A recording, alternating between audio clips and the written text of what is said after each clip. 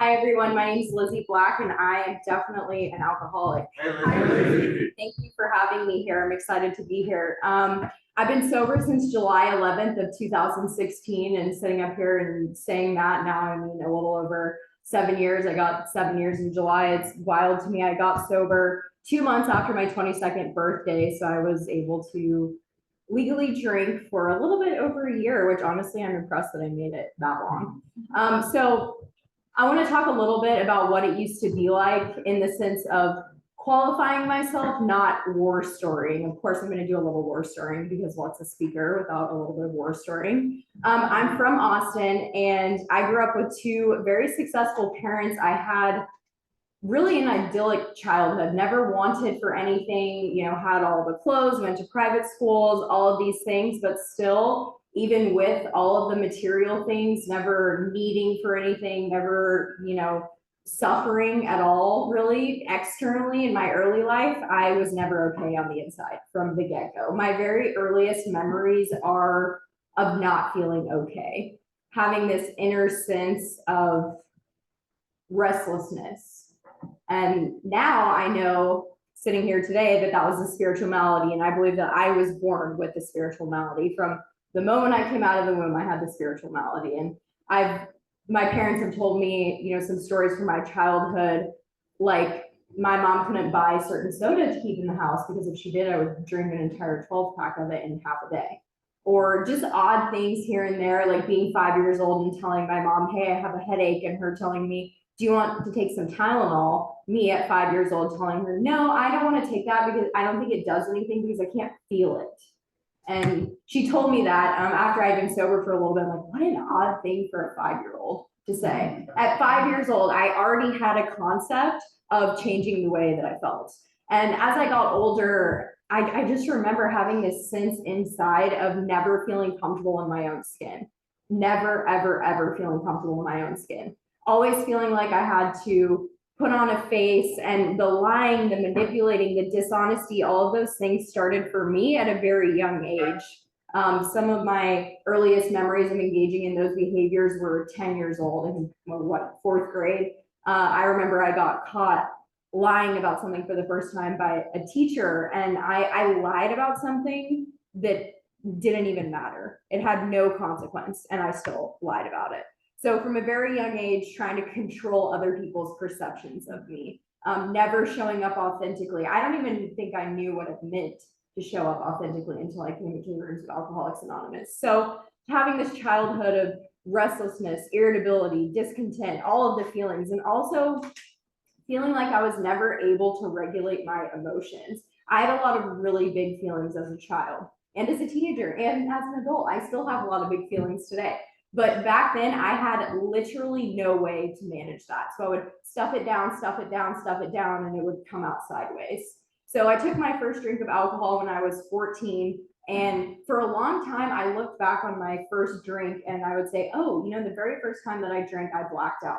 That's not true. Because the very first time I drank alcohol, I had 2 sips of Everclear from a plastic water bottle at a party, and I told everyone that I was wasted. My first drunk was a lie. So that really set the tone for me and my addiction going forward. My first drunk was a lie. I wasn't drunk. I was pretending to be drunk. That is so bizarre. 14 years old. Why did I want to pretend to be drunk? I was acting like I was falling all over the dance floor, and everyone's like, oh my gosh, did you see Lizzy? She looks like a mess tonight. Fake, all a lie. So my second drunk, I blacked out. That was the story of my drinking from the beginning. I have never had any ability ever to moderate my substance use, ever, from the beginning. My high school drinking career was characterized very early on by fractured relationships because of substances. I had my peers, my own peers, other 15, 16-year-olds looking at me and saying, Lizzy, why can't you drink like a normal person? Right? Another 16-year-old asking me, why can't you drink like a normal person? People would ask me this, and I legitimately didn't have an answer for them because I didn't know. And what I remember about that sensation of taking the first drink is something that I've heard a lot of other alcoholics say. The first time in my life feeling like that restlessness, that irritability, that discontentedness went away. All the voices in my head, all the big feelings, everything in my mind finally went quiet. for the first time ever. And it was like this feeling of warm happiness trickling down from the top of my head to my toes. And I knew immediately, whatever that is, I want to do more of that. And I was having a conversation with somebody earlier today, actually, who's a member of another fellowship, Al-Anon, and we were kind of talking about some of the differences between the addict, the alcoholic, and the non-alcoholic. And I sought out dangerous situations and substances as a teenager, like right after I had my first drink. I went online, got on this forum. Some of you might know it if you were active on the internet in the mid 2000s. It was called Arrowhead. It was a drug forum where people would go and talk about, drugs and stuff. I was on there with a notebook making a bucket list of all of the different drugs that I wanted to try. So in adolescence, of course, it's normal. Experimentation is normal. That's the hallmark of adolescence. That's what teenagers are supposed to do. They're supposed to experiment. They're supposed to, reject their parents and do all of these things to try to define who they are. But normal people don't seek out these dangerous situations. For me, immediately after I had that first drink, I knew I got to get more of that, whatever it is. So I drank and used drugs at any opportunity that presented itself after trying alcohol for the first time. The mental obsession was activated in me immediately after taking that first drink. I would go to school all week and think about, okay, what party am I going to this weekend? Who am I going to hang out with this weekend? How are we going to get alcohol? From a very young age, the mental obsession took over. So as I got older, I continued to drink a lot, and I went to college, and being out of the house and kind of out from the rules of my parents, I really hit the ground running in college. So my first semester, my freshman year of college, I ended up in the hospital from alcohol poisoning after passing out in a bush behind a frat house. And the reason I tell that story is because my dad came to pick me up from the hospital the next morning. And the very first thing I did when I got away from him when he left is I called my friend and said, hey, do you still have that handle of vodka that I was drinking last night? She was like, weren't you passed out behind a bush like 12 hours ago? Like, why are you calling me, asking me about this handle of alcohol? But to me, that was the next logical thing to do. I was like, that's my alcohol and I'm going to need it sooner rather than later. So I'm going to need you to give it to me. So kind of like what the book talks about, having a complete lack of proportion, a lack of perspective. I had no perspective on my own actions, my own behavior, nothing. So that vicious cycle started to happen for me around age 18, where I started doing a lot of things that I was really embarrassed about, right? A lot of really shameful things, a lot of things that filled me with a lot of shame. So I had to drink more and use more drugs more frequently and use more of them to try to forget about all of those awful things that I was doing and the people that I was hurting. And I got a little bit older and I started experimenting and using harder drugs and pills and blah, blah, blah. And you guys know the story. It went 0 to 100 for me very quick. And I started experiencing some real big girl consequences, like getting arrested and not being able to cry my way out of it this time, getting charged with a real crime, getting in big trouble, getting a DWI. And immediately, again, day after I get out of jail, calling my dad, hey, so when are you going to get my car out of the impound and give it back? It's like, you were driving it drunk 12 hours ago. Complete lack of perspective. So time goes on. I have an overdose. I have, failing out of college, like all of these external consequences that were all a part of my story, but none of those things were the reason I got sober. Not skipping down grandfather's funeral only to overdose on fentanyl back in 2015 before it was cool. And not losing relationships, not my physical health declining, not being able to accomplish things that were really important to me at that time, like being able to graduate from college. And whenever I tell my story, I like to tell this particular anecdote because I think it gives a great insight into the complete lack of perspective that I'm talking about. My second semester senior year of college, I didn't attend a single class. However, I still thought that they were going to allow me to graduate because I'm me, so why would they not allow me to graduate? So for some reason, they still let me pick up the cap and gown and all the things, and I'm like, I gamed the system. All right, so I go up, they call my name, and I go to get my diploma. I open it up, and there's a piece of paper in there that says, sorry, you're not graduating. You failed 15 credits this semester, so you're gonna have to figure that out. And I was absolutely shocked by that consequence. I was truly shocked. I will never forget, I ran off the stage, the biggest drama you've ever seen in your life. I ran off the stage. My mom comes running after me and she just looks at me. She's like, what is going on with you? Right? This is not who I know you to be. Because at that time, I was completely taken over by the spiritual malady. I was lying to every single person in my life about what was really going on with me. I was hanging out with bad people in even worse places and doing things that I never thought in a million years someone like me would ever do, but I was doing them. So that happened, and that was kind of the beginning of the end for me. And I had a lot of other consequences along the way, long stretches of time intoxicating myself with 5 or 6 different substances every day for 18 months, 2 years straight. And none of that was enough to get me sober. So what got me sober was after I had one hell of a last bender over a 4th of July weekend.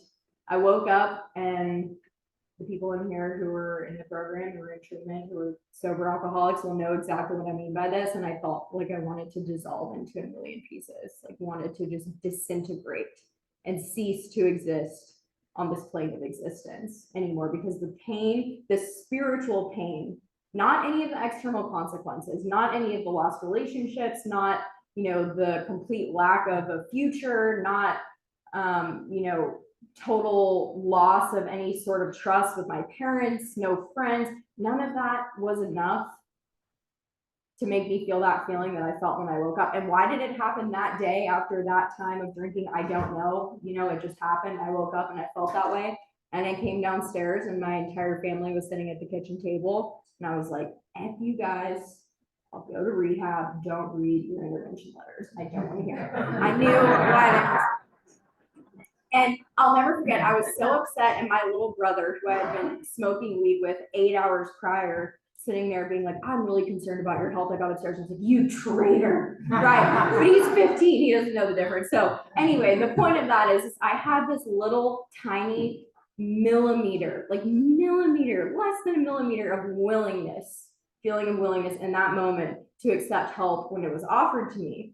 And my parents said, you have 2 choices. You can either go to treatment or you can leave, and we're cutting you off, taking your credit card, taking your car. And I had to sit there and look at my mom for, I don't even know, it felt like 5 minutes. It was probably like 5 seconds, but sit there and look at her and think about, could I survive being homeless? Whose couch could I sleep on? I literally have not a single person in my phone that I could call that would pick up, because I have destroyed every single relationship with every single person I have ever known. So I had to sit there and run through that. And only an alcoholic would truly consider the prospect of homelessness and it happens every day. You see people on the street every day who would rather be out there continuing to use drugs than get sober. So it's a very real choice that a lot of us have made.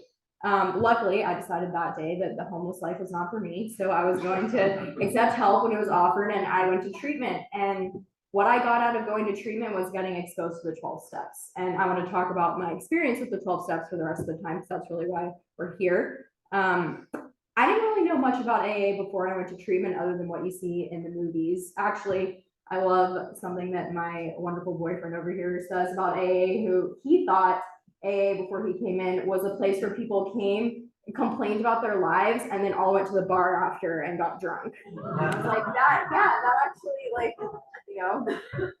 maybe in some places, but luckily not around here.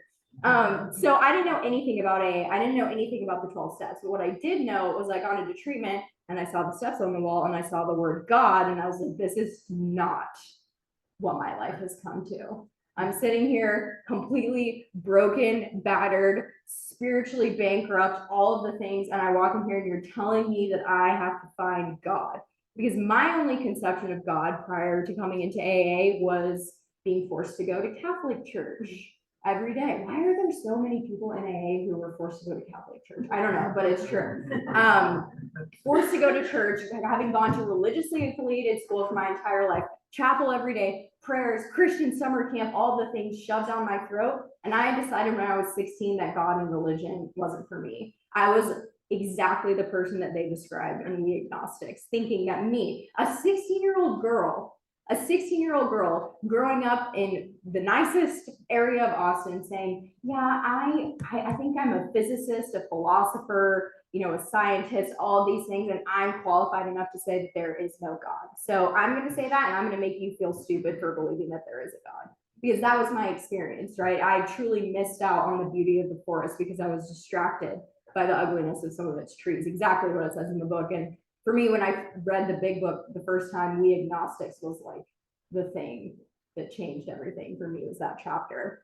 So luckily I had it explained to me in treatment and by my first sponsor, hey, you know, step one, you're on step one, you don't even have to like visit the God thing yet, right? So step one, we admitted we were powerless over alcohol, that our lives had become unmanageable. I was one of those people when I came into the rooms, I did not have an issue with step one. And sometimes I have a hard time relating to sponsees who come in and are fighting step one. I'm like, you're in an AA meeting. Not a single person rolls into an AA meeting on a winning streak. So like, I don't know what to tell you. Like the fact that you're even here, like the fact that you've even contemplated going to an AA meeting should, you know, tell you something about what's going on with your drinking and using. So I could see very clearly that I was powerless in terms of my consumption of drugs and alcohol, because once I start, I can't stop. And I'm so glad in the big book that there's that part where it says, if you find that you can't stop once you start, you may be alcoholic.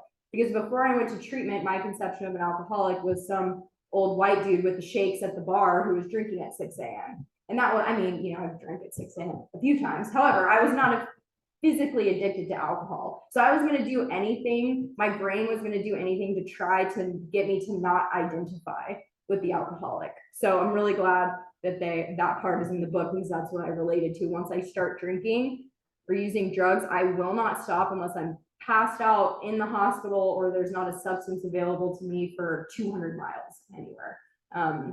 So I could see very clearly that I was powerless over alcohol, and my life was unmanageable. That was very clear. And my first sponsor had me do this exercise where she had me look at all the different areas in my life and do some writing about it, like, you know, finances, physical health, relationships, and list all of the ways that my life was unmanageable. And that was my first experience of step work, of putting pen to paper.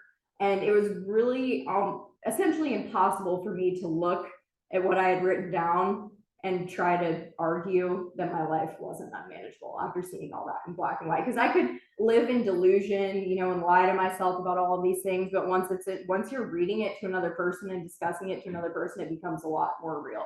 So no problem with step one when I first came in. Step two, came to believe that a power greater than ourselves could restore us to sanity. So this is when we start to get a little bit of, you know, the God idea sprinkled into the whole 12-step thing. A power greater than me could restore me to sanity. For step two, for me in the beginning, I hyper focused on the sanity thing, because when I first got sober, I don't know if anyone in here can relate to this, but I felt insane, like literally clinically insane. I had any ability that I had to regulate my emotions prior to that was out the window, was gone. And I felt like I was a bumbling, you know, kindergartner trying to make my way through the world with like no adult holding my hand to do it. I couldn't even wake up before noon unless I had somebody like forcibly waking me up. I felt like I could not function and I felt insane. So I really resonated with the sanity versus insanity thing in step two. And I had it explained to me in the beginning that this power greater than you it can be AA itself. And that was my experience in the beginning. I was like, I don't know what is keeping these people sober, right? These people that I hear in these meetings who share that they drink and use drugs like I did, and I relate to what they're saying, and they're telling me they've been sober for 2 years, 3 years, 5 years, 10 years. There must be something here in this room. I don't know if it's the room. I don't know if it's the step work. I don't know if it's the book. I don't know what it is, but obviously it's working for these people, because I come in to an AA meeting and what do I see in the eyes of people in that AA meeting? Hope. And that is something that I never had before I walked into an AA meeting, was hope. So for me in the beginning, the power greater than me, it was AA, was the step work, was the book, right? And that's the amazing thing about the program and the 12 steps, is that your conception of God can continue changing forever. It never has to be some static fixed thing. And that's what worked for me in the beginning. And my first sponsor also told me, hey, if you don't know, you know, this God thing, you can borrow my conception of God. And that made a lot of sense to me, because this woman who was my first sponsor, I heard her share something in a meeting and I related to what she said. And I asked her to be my sponsor, and she told me her story. And I was sitting there like, are you me? You're telling me all these things that I've done and all of these things that I have felt that I have never heard another human being say out loud before. So I identified with her, right? So I identified with the way that she drank and the way that she used drugs. And she had been sober for 18 months, which was absolutely mind-boggling to me at the time. So she qualified herself to me. So when I got to step 2 and she said, you can borrow my higher power if you don't have one that works for you, I believed that and I trusted that because she qualified herself to me. So step 3, made a decision to turn our will and our lives over to the care of God as we understood him. This one's a big one, right? What does it say in the 12 and 12? It says we can take this one piecemeal. We don't have to take it all at once. And good thing for that, because that's a big thing, to turn my entire will and my life over to the care of God as I understood him. I remember reading that for the first time and being like, what does that even mean? I don't even know, like, what is my will? Okay, well, my will is what's getting me drunk and high. So it was explained to me in the beginning that whatever you want to do the opposite. And that's step 3 for you in early sobriety. And that was, we can laugh, but that was true. It was the truth 100% of the time. Whatever I wanted to do, oh, you want to go talk to that guy at the meeting? Oh, you want to do this, do the opposite.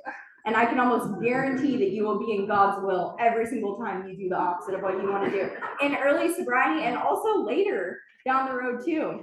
So that was a really easy way that step 3 was explained to me. And the second way it was explained to me was, hey, all step 3 has to be for you right now is writing a 4-step. I was like, okay, that's really easy. I can commit to doing that. Well, that's what I thought. So step 4, made a searching and fearless moral inventory of ourselves.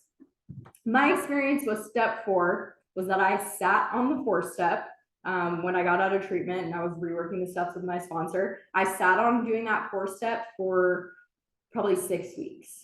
And it was one of the worst 6 weeks of my sobriety ever, because I'm sitting there with no real solution to my spiritual malady, with all of that crap that has kept me drinking and using drugs for 7 years, still swirling around in my head with no way to get out. And I'm sitting on that. And I have no real, I'm like white knuckling it for 6 weeks. I don't know how I did that. Looking back, when I think about how I felt during that time period, it was awful. And so luckily my sponsor, she knew me well, and she called me and she said, Lizzy, if you don't come to my house on this date at this time, ready to do your 5th step, I'm not going to be your sponsor anymore. And that really scared me, because this woman was the one who was like giving me the message. And I didn't really understand that at the time. I thought she was just the person that I was calling, asking, should I do this? Should I do this? I need help. What do I do? What do I do? And she was giving me direction. And I was so terrified not to have that. I was like, well, I guess I better get working on this 4-step. So she had called me like a week before I was supposed to be at her house. I did not work on it for the whole week. The day I was supposed to be at her house, I go sit at a coffee shop and I'm sitting there, hadn't started the 4-step. I'm like, there's no way that I can finish this. I have to be at her house in like 6 hours. I should just go get drunk. There's no way I can do this. Those were my 2 options at the time. I was telling my story recently at a meeting where I shared this about how I was sitting there and the 2 options that went through my head were write the 4-step or go get drunk. And somebody shared after I did my like 30-minute story or whatever, and he said, what you said about sitting there with those 2 options in your 4-step is one of the best insights to the mind of an alcoholic that I've ever heard. Because what if there was a 3rd option that included not writing the 4-step, but also not getting drunk? In my 7 years of sobriety, I have never considered that there was a 3rd choice in that situation. Not in that moment, not in the 7 years that passed. I had never considered that there was a 3rd choice, a world in which I could not write the 4-step, but I could also not get drunk. I don't know if this is resonating with anybody. It was like, that was it. Those were the choices. So luckily, I had a very profound God moment, and I put my pen to paper. I took a deep breath, after I had the thought, you should just go get drunk. You're never going to succeed at anything, including being sober. So you should just throw in the towel now. I took a deep breath, I put the pen to paper. I sat there and didn't get up for 5 hours, wrote an entire 4-step. Do I recommend doing a 4-step this way? In fact, I actually insist that my sponsees don't do a 4-step this way based on my own experience. So I have them do it in parts, and they have to tell me, I've done this, I've done this, I've done this, because I don't want anyone to have to go through that experience. But that was how it panned out for me in the beginning. So I go to my sponsor's house after to do this 5th step. Step 5, admitted to God, to ourselves, and to another human being the exact nature of our wrongs. And I'm terrified holding this inventory of all my deepest, darkest secrets, my resentments, my fears, my conduct, and all of these situations that I never wanted to look at again, let alone put down on a piece of paper and share with another human being. But I was willing to do it because I wanted to stay sober so badly, A, and B, because of what I said before, she qualified herself to me in the beginning and I trusted her. And doing this 5th step with this first sponsor was the first experience that I ever had of like actually trusting another human being. And I sat knee to knee with her and I did this 5th step, and you know, there were things I was really embarrassed to share about. And she looked at me and she said, dude, I did that too, or I did worse, or shared an even more embarrassing story, right? And she sat there and listened to me read this inventory, not trying to get anything out of it for herself, right? Just sitting there trying to help another alcoholic stay sober. And that was such a powerful experience for me. And like, this ties into 6 and 7. We're entirely ready to have God remove all these defects of character and humbly ask him to remove our shortcomings. So when I was reading my inventory, my sponsor was making a list of my character defects. And I had been told, I don't know how many hundreds of times in my life, by my parents, by teachers, by authority figures, by counselors, therapists, everyone, you're dishonest, you're selfish, you're manipulative, blah, blah, blah, blah, blah. But nobody ever told me how to fix it.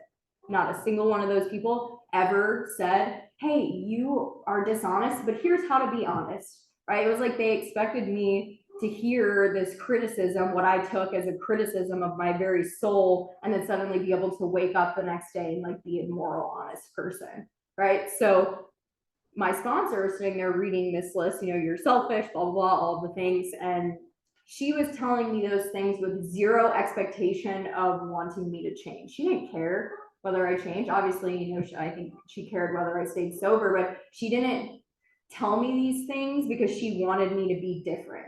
She told me these things from a lens of, hey, you know, if you want to stay sober, you've got these character defects going on and you're going to have to do something about them. And I could actually hear that for the first time in my entire life. I could actually hear somebody tell me that I was dishonest, that I was selfish, and not take it to mean I was the worst human being that's ever walked on planet Earth, right? Because again, she qualified herself to me and she told me, hey, I'm all of these things too. So I did that 5th step, and it was actually an October night, just like this one, 7 years ago. And I was driving home and I had all the windows down and the weather was really nice like it is now. And I had the music going, and it was the most free I have ever felt in my entire life, was that experience. And I didn't go into writing this 4th step with like, oh my gosh, I have to do this perfectly. Like, God gave me the ability to do it to the best of my ability at the time, and that was enough.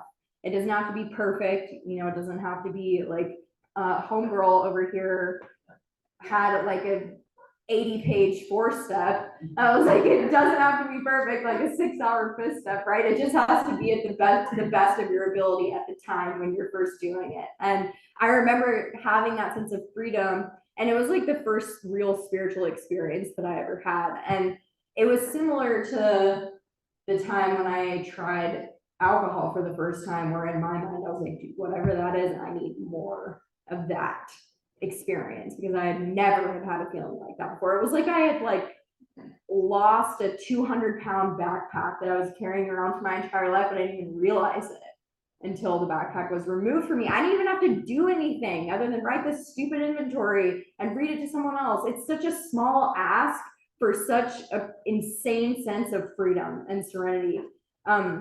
So 6 and 7, I talked a little bit about those, and I can remember like in my early sobriety, this experience stands out to me so much still today. And I was talking to my dad about it recently, but he had asked me to, on my way home, if I could pick up some half and half for him for his coffee on my way home from the AA meeting that I went to every night. And I forgot, probably because I was too busy, like, you know, thinking about myself or whatever it is that we do. And so the next morning he asked me, he's like, hey, did you get the half and half? And the first thing that came out of my mouth without even thinking about it was, oh no, I forgot. Like, I'm really sorry. Lizzy, 5 months prior to that, would have been like, there was an 18-car pileup on this road at midnight. There was like, I got pulled over. I actually got arrested. There were I would have said anything to make my dad think that I didn't forget. And those words came out of my mouth, and I was like, it was like crazy to me at the time. And it sounds so silly and so inconsequential, but to me at that time, that was like the proof of God himself that the steps were working in my life, was that experience. And I can remember how I felt today. And I asked my dad if he remembered. Of course, he was like, no, like it was such a small, inconsequential moment to him. But to me, it was me being willing to have God remove my shortcomings, my shortcoming of dishonesty. So step 8, made a list of all persons we had harmed and became willing to make amends to them all. When I first got sober, my sponsor made me call her every day for like 2 or 3 months. And every single day I called her and I said, hey, so I'm not doing the amends thing. Every single day I would call her and I'd say, yeah, I've done some thinking about it. And I really don't think I actually need to do that part of the step work. I think I can just like gloss over that. Like, I actually really don't think I've done anything to anyone that I need to make amends for. And she's like, okay, great. Well, we're on step 2, so we can, revisit that when we get to step 8. But I remember being in treatment and reading the 12 steps on the wall, and even the thought of having to make amends for the wrongs that I had done put such an intense fear in me that I called my sponsor every day for my first 3 months of sobriety and said, I'm not doing this. Because never once in my life had I actually made amends to someone, apologized. I mean, I had made a lot of I'm sorries, but nothing real ever. I had never taken ownership for anything in my entire life. So the way I look at steps 1 through 7 is they're kind of like inward facing, in the sense of like, I'm going through this whole thing where like I'm deciding if I'm powerless over alcohol. I'm wrestling with the idea of God. I'm writing a 4-step. I'm confessing all my harms that I've done. Me, like all these things. And then I get to step 8 and I actually get to go out into the world for the first time and show all the people that I've harmed that I've actually changed, right? Because I had made a lot of promises that I was going to change prior to that and never was able to show up any differently because, like I said before, I never had the tools to do so. No one ever taught me how to do that. So when I got to step 8, I was terrified and I was like, okay, the first amends that I'm going to make is going to be to my mom and dad because they have to forgive me. They are legally obligated to forgive me. So I'm going to do that one first because that'll be easy. It was not easy, right? Even writing out that amends, like I was crying the whole time thinking about all of these things that I had done. And I made amends to my parents on Christmas because I was like, I'm going to make this day about me. So I'm going to give you the greatest gift I could ever give you and make this amends. So I go into the room with them and I'm reading the amends, and my sponsor told me, hey, if you want to stay sober, you're going to have to offer to pay your parents back. And I was like, pay my parents back? Are you kidding me? All the hospital bills, the lawyer fees, the wasted college tuition. I am literally going to spend the rest of my life trying to pay this back. She's like, do you want to stay sober? And I was like, well, I guess so. So she said, you're going to offer. She said, I would bet my life that they're not going to take you up on it, but you're going to offer it and you're going to mean it when you offer it. I was like, okay. So I read the amends, and my dad is a very serious guy. He's not a big joker. He doesn't like, show a lot of emotion. And so I read the amends and I get to the end and I read the part where I say, I want to offer to pay you guys back for all of your money that I've wasted. And however way I can make that happen, I'm willing to do anything that you ask me to do. And I'm like, my hands are shaking. I'm like not even making eye contact with them. And my dad kind of pauses for a second and he looks at me and he says, we can set up a payment plan. And I was like, are you serious? He's like, no. What you can do to make it right is stay sober. And that was my experience with like 95% of the people that I made amends to. That was their response, just stay sober, right? But that experience of sitting in front of my parents, arguably the people I had hurt the most in this world, not arguably, it's not an argument, 1,000% the people I had hurt the most in this world by my action, by my inaction, by my words, by all of these things. I was incapable of showing up for my dad when he had cancer and was going through chemo because I was too strung out on drugs. I skipped my mom's father's funeral because I wanted to go party, and I went and overdosed and almost died, and they had to get a call. They were out of state at this funeral. Like all of the things that I had done, I was sitting there. I felt like a scared, trembling child, but I was sitting there and I legitimately meant what I said to them. Because God gave me this feeling. That is not me. That is not Lizzy. Lizzy, left to her own devices, I would never sit in front of somebody and take ownership for all the wrongs that I had done. I would sit there and apologize. So maybe a week later, I could try to get what I wanted out of you, right? But I would never sit there and take ownership and list all of these things, and say, if there's anything that I haven't mentioned, bring it up. please, I'm not going to sit here. I'm not going to be defensive. I'm not going to fight back, bring it up. I want to know all of the ways that I've hurt you. And my parents have told me that that was a really powerful experience for them as well, to have their child who would, wreaked havoc on our family. I mean, my parents almost got divorced because of my addiction, because they had different approaches of how they wanted to handle it. I tore my family apart. I'm the only addict in my immediate, my nuclear family. And, you know, it says in the book, it talks about how alcoholism is a disease that involves the people around it like nothing else does. We're like a tornado. I was like a tornado roaring through my house, through my parents' house. And they told me that it was so healing for them to have me sit in front of them. And they told me that they were scared to believe what I was saying, that they wanted to believe it so badly. They wanted to believe that I was going to change, but they weren't quite there yet, which is fair. It took me years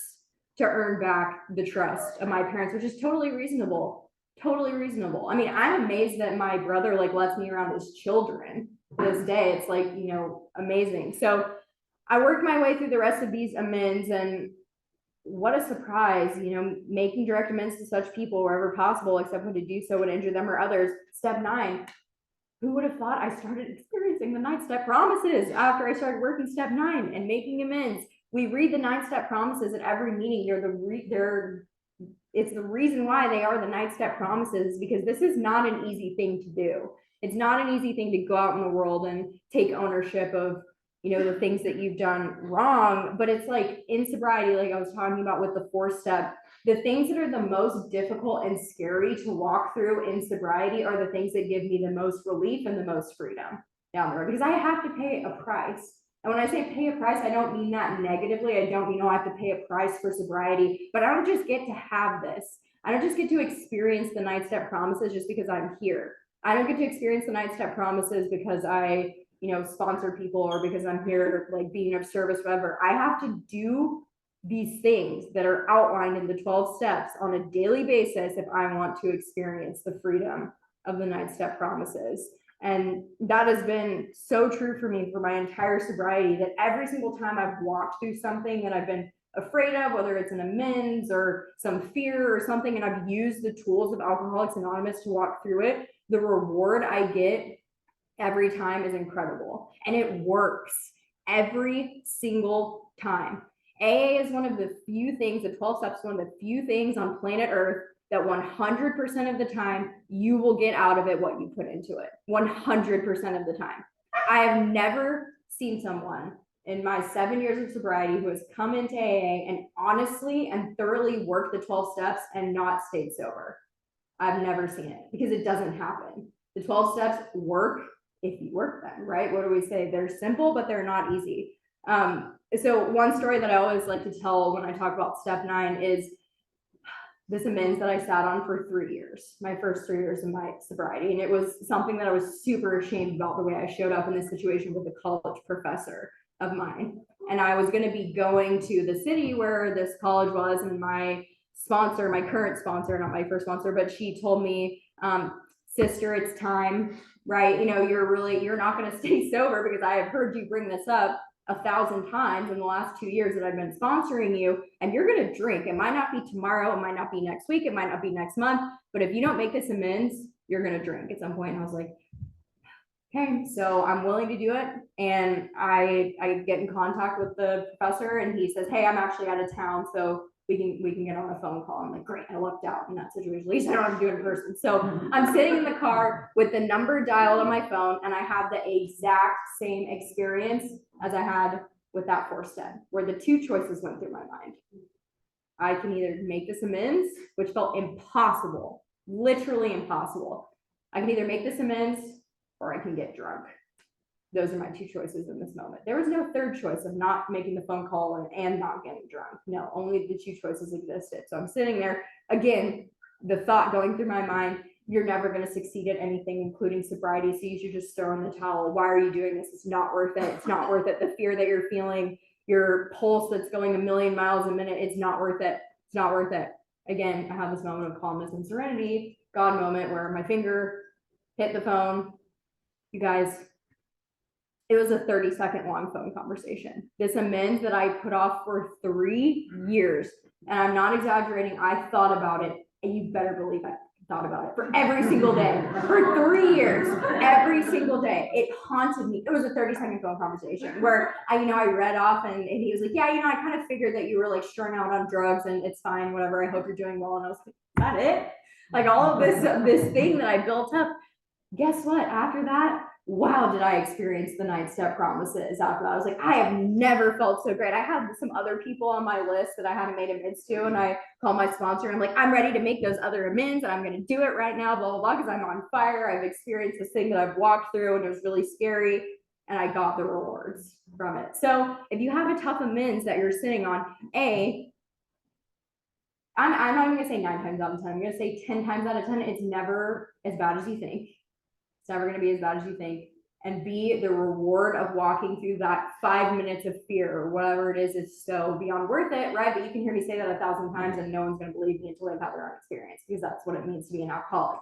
I have to have my own experience. I'm not going to believe you. So step 10, continue to take personal inventory, and when we were wrong, promptly admitted it. I definitely don't promptly admit when I'm wrong all the time today. However, the longer I've stayed sober, promptly has changed its meaning, right? So now I admit when I'm wrong. I would like to think promptly, because I don't like the feeling that I get inside when I'm dishonest or when I'm afraid or when I'm resentful or I'm all these things. I don't like the way it makes me feel, because I've spent the majority of the last 7 years having a lot of spiritual freedom and having serenity. And when something disturbs that, I'm inclined to do something about it because I don't want to feel that way anymore. So the longer I've stayed sober, the lower my tolerance has become for my own bullshit.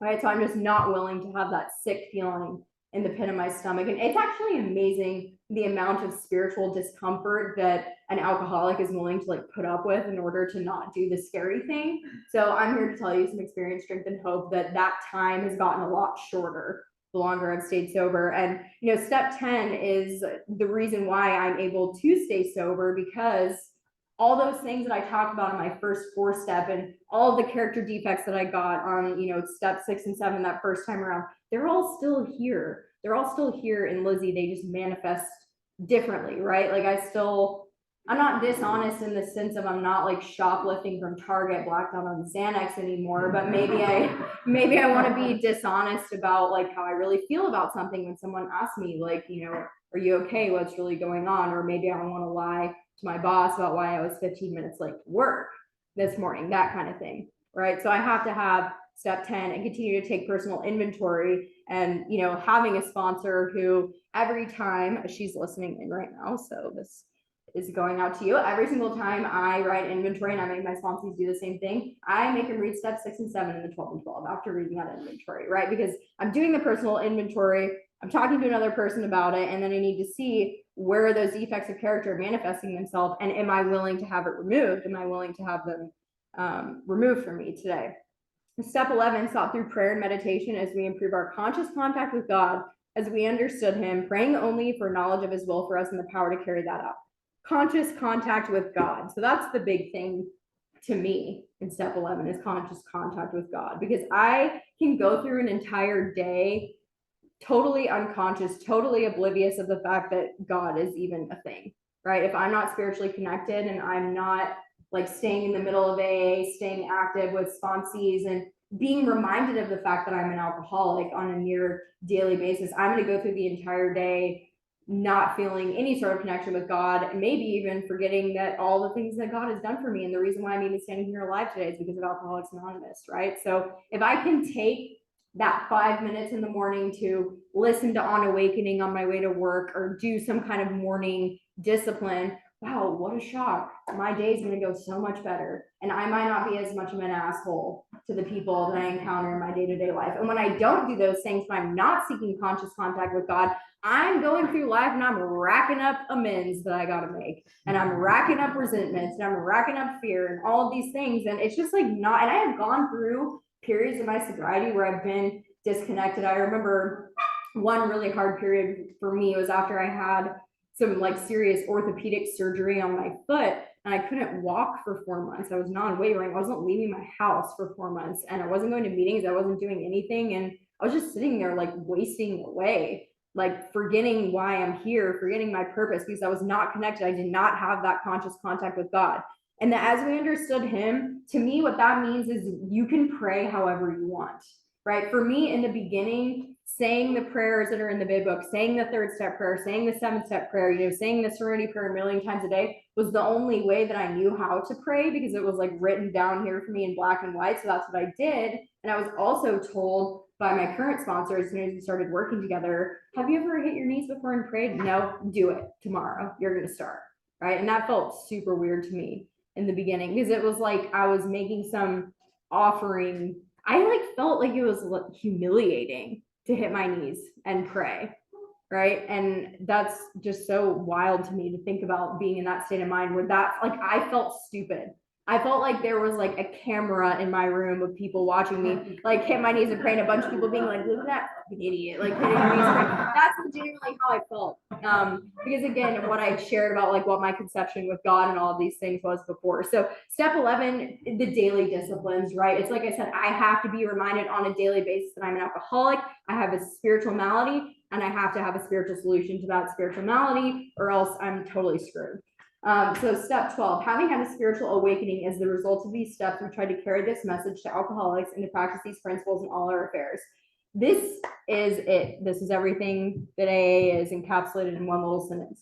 Having had a spiritual awakening as the result of these steps, not a result, the result. That's the point, right? And there's people, and like some people won't say this because they're afraid of scaring the newcomer, but I don't really give a shit about scaring the newcomer. The point of Alcoholics Anonymous is God. And if you don't get that, then you're going to have to figure it out at some point, or you're not going to stay sober. And I've seen it happen time and time again, right? People come in, they wrestle with the God thing. The result of these steps, the spiritual awakening, it's the point. The point is not even that I stop drinking. The point is that I get connected with a power greater than myself. It says it in the big book. It says that is the point of this book, is to get you connected to a power greater than yourself. So you can live your life, right? Like I don't have to live my life in the way that I did before because of AA and carrying the message to alcoholics. I mean, that for me has been the single highlight of my entire life, has been sponsoring other women. It has been not in my career, not in my relationships. Like, yeah, I felt useful and I felt good in those things, but I've never felt useful and like I had a purpose on this planet until the first time I took another woman through the 12 steps, right? And being able to be on the other side of it, like what I talked about with that first sponsor, how she qualified herself to me, being able to do that to other young women and have them sit there and say, I don't know if I can do this, right? And say, well, guess what? If I did it, then you can do it, right? Because we're the same.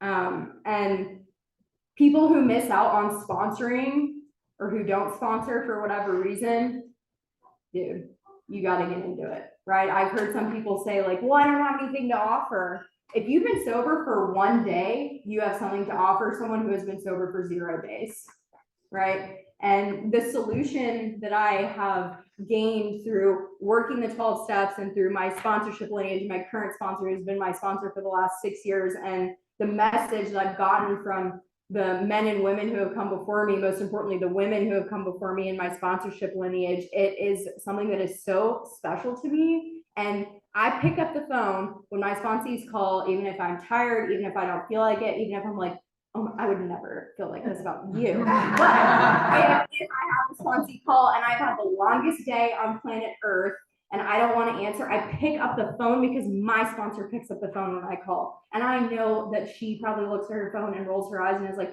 I've got a brand new baby and I'm fucking tired and I don't want to answer the phone, but she answers the phone every time. So I answer the phone too. And I just get really like emotional, like talking about having had a spiritual awakening is the result of these steps, because I feel like there are some people who like miss the point of AA and the God thing. And it is literally the reason why I'm standing here alive today. And everything that I've told you guys, would you believe me if I told y'all that I have a job where I handle controlled substances on a daily basis? I handle controlled substances and I go throughout my life and I have relationships with the people in my life who love me. I have a relationship with my parents. I have intimate relationships with friends and sponsees and my sponsor, and I have a whole network of people because of AA. right? So if you're sitting here and you're resentful to be here, you're in treatment and everything feels hopeless, like Rachel said, I hope I was able to give you guys some experience, strength, and hope. And I'm grateful every single day for Alcoholics Anonymous, because I would not be standing here today without it. So thank you for having me and listening to my story.